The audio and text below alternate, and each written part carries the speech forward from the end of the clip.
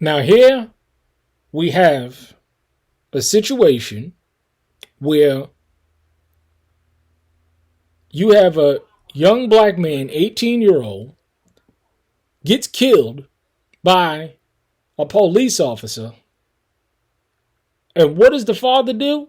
The father turns around the next day or the day after and mows down an innocent person. They got nothing to do with the crime at all. Let's listen to what good old Judge Joe Brown had to say about the matter. Armed individual fleeing from the police in a stolen vehicle. Typically, what happens when you have that situation, guess what? What? There's been an armed robbery. Stolen vehicle, armed occupants of a car, armed robbery of a gas station, liquor store, bank, or something like that. And there's all this background that the cops involved don't know. They know there is a gun. They know that people are fleeing. And by the way, the jury instructions in most states say flight be used to infer guilt. In other words, if you have to shoot. Now, that's all I need to know. See, the facts of the matter with this situation, and it inflames me, but in a different way, because I'm for the law enforcement that shot, because I believe it was a righteous shoot. We have too many of our young men being raised by degenerates, going out and terrorizing the neighborhood, going and terrorizing people.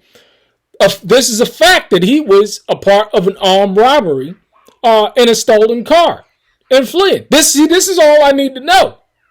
Because, see, when you put yourself in those kind of situations, then you deserve exactly what you get. You deserve exactly what you get. And what we have here is a whole bunch of people getting up and in arms and inflamed about another degenerate that was killed. But what about the people that he jacked? But you think this is the first time that he committed a crime? You think he got up that morning and said, you know what? I'm going to become a criminal. I'm going to get a gun, and I'm going to take that gun, and I'm going to put it in the face of a law-abiding citizen, an innocent person, steal their car, and if they don't give me or give them their car, they're liable to get shot and killed. Now, what if it was you on the other end of that firearm? What if it was you? If your wife or your children or your loved one was traumatized by having a gun put in their face and told to get out the car by some young degenerate, raised by a degenerate, or a family of degenerates. Because, see, nobody don't want to talk about this. No one wants to deal with these kind of facts. That our biggest enemy now is not the police. It's us. And who is raising these people? Now you turn around and the father, what's his name? Rodney Hinton and then Ryan Hinton. The father, Rodney Hinton Jr., turns around and kills a man that had nothing to do with the crime whatsoever.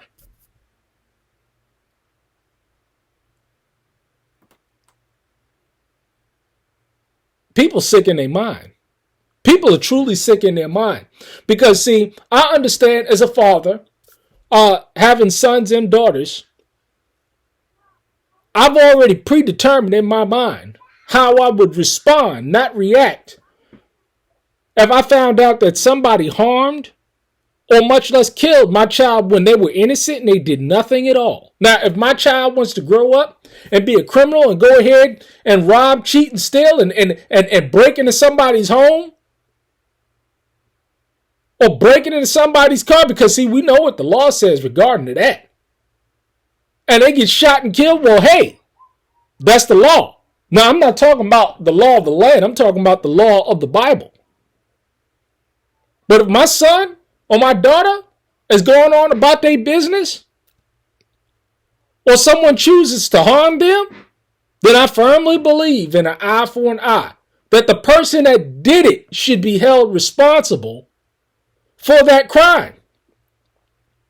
The person that did it. You harm my family, I get to harm your family. I think that that's pretty fair. You harm my family, I get to harm your family in the same manner or worse than you harm mine.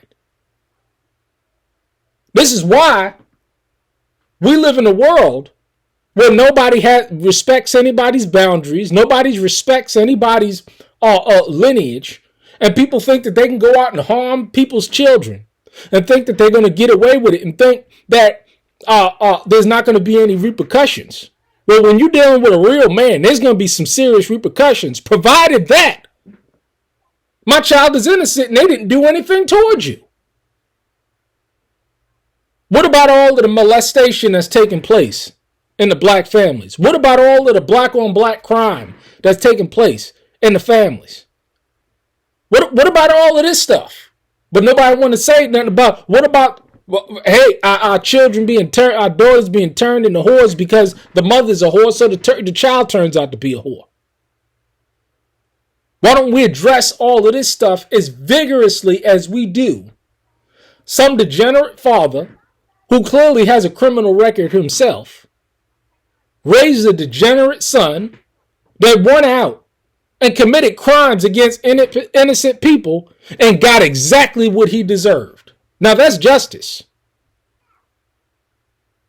No, I do not feel any kind of way whatsoever to the Cincinnati, Ohio Police Department. Great job in getting another degenerate criminal off the streets.